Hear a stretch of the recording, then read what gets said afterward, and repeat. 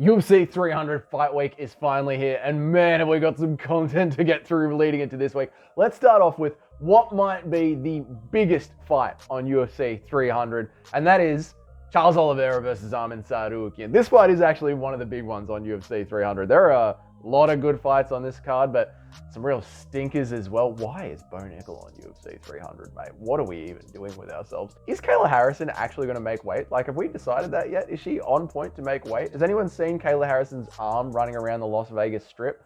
Anyway, Charles Oliveira versus Arman Tsarukyan. The first thing that jumps off this page to me, and that I sort of want to discuss with you guys, something that we've talked about in the live streams, is just how unpopular Arman Tsarukyan seems to be. Or maybe it's just how unpopular whoever is fighting Charles Oliveira seems to be when you put them in the same room as Charles Oliveira, right? A couple of months ago, maybe a couple of weeks ago, I don't know when, but sometime in the past, they did a UFC 300 press conference, okay? It was obviously an early press conference. I think it was like 2 months ahead before UFC 300. Maybe it was around the new year. Anyway, a couple of months ago, they did the UFC 300 press conference, and almost 50% of the questions that were asked to that entire panel of people that were up there were against Arman Tsarukyan. Like, the other 50% of them were just about Max Holloway and Justin Gaethje, right? It was like no one else was on the stage. It was just Max Holloway, Justin Gaethje, and Arman Tsarukyan. Poor Kayla Harrison, nobody asked her a single question. I mean, why would they? But nobody asked her a single question, right?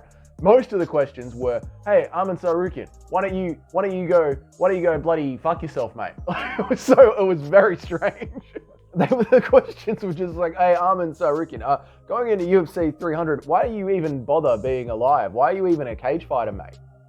Like, so much hate. But I guess in hindsight, it's probably not that crazy to think about, right? Like, if you're a UFC fan, if you're an MMA fan, that's almost as synonymous as saying you are a Charles Oliveira fan. I mean, look at Charles Oliveira. Look how long he has been in the game. If you've followed MMA, if you have your grey, faded, tap-out beanie, you have followed Charles Oliveira. He was seen as a quitter, then seen as someone who came back and won the championship. He's dyed his hair blonde, almost like he's gone Super Saiyan. Like all the kids who grew up watching Dragon Ball Z and then got into MMA, Charles Oliveira is there for it. He's from Brazil. Arguably the people that first started off modern MMA in the West as we have it. I know it was massive in Japan in the past, but UFC 1 was pretty much a showcase for Brazilian Jiu-Jitsu. He's from that core region, right? Then there's the way that he fights. Look at the way that his striking has evolved. He's got phenomenal striking. And then it goes down onto the ground and he's got phenomenal grappling and Brazilian Jiu-Jitsu. Charles Oliveira almost is the embodiment of modern MMA. How can you not be a Charles Oliveira fan? So it's probably no wonder that when you put him in a room against his opponent is going to get the living shit booed out of him by everybody in there. Poor Tsarukyan. Then you have to ask yourself, how does having this whirlwind of confidence around you, which does seem to be Team Oliveira, you know, Team Oliveira, when he walks into the octagon, it's almost a spiritual experience of everybody around him. It does really remind you of the days back at UFC 1 when the whole Brazilian Jiu-Jitsu family was coming out with their arms on each other's shoulder. It almost has that vibe to it. On the flip side of the coin, how does having the entire MMA world going against you in Arman Tsarukyan, how does that affect that chip on your shoulder and the will to actually win that fight? You know what I'm saying? It all comes down to the actual kicks and the punches when the fight starts happening. So let's start off with that. Let's start off with the actual kicks and the punches.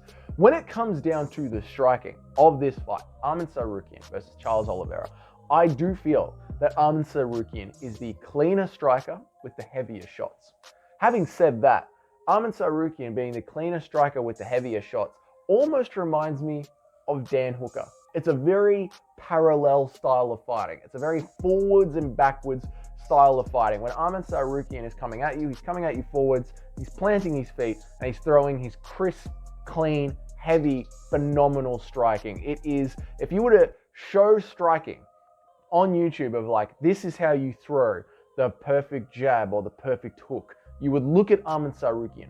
But it is that level 1 perfection. There is almost no movement left, right. The creativity just isn't there. However, when you look at Charles Oliveira striking, it is like water. It's flowing striking. It is phenomenal. It is so creative.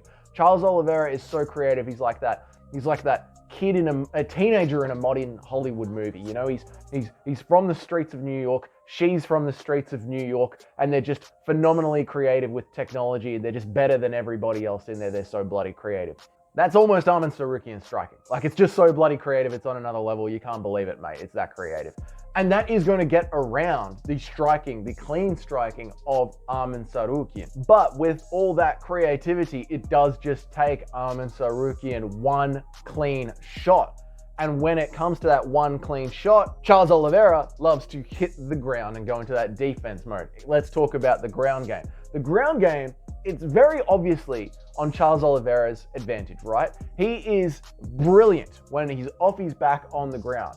But Tsarukyan is a very, very good grappler, a phenomenal grappler. And I think when it comes to MMA, and we're talking about high-level MMA, you've got this through line of jiu-jitsu that gets you so far. And then once you enter that top 5 of any division, the grapplers are good enough at MMA grappling to survive Brazilian jiu-jitsu defensively. They may not be the master of jiu-jitsu. They certainly are not the master of jiu-jitsu that people like Charles Oliveira are, but they know enough to stay out of damage, to stay out of submissions. And I do think that this fight is going to test whether or not Arman Tsarukyan is that level of grappling MMA versus jiu-jitsu MMA.